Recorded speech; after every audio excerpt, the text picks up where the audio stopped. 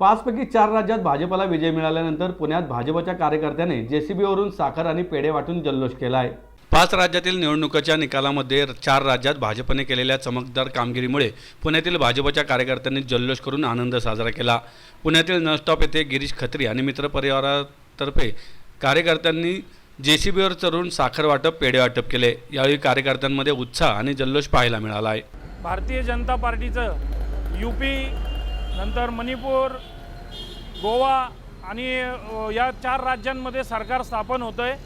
आम्ही या ठिकाणी योगीजींचं ज्याच्यावरून विरोधकांनी बदनाम केलं असा जेसीबी पण बोलवला आहे, कारण उत्तर प्रदेशच्या जनतेने हा संदेश दिला आहे की वाईट कामांच्या विरुद्ध, अन्यायाविरुद्ध, भ्रष्टाचाराविरुद्ध मोदीजी असतील, अमित शहा असतील किंवा योगीजी असतील यांनी बुलडोझरच चालवायचा आहे आणि चांगल्या कामाला वाट करून द्यायची आहे।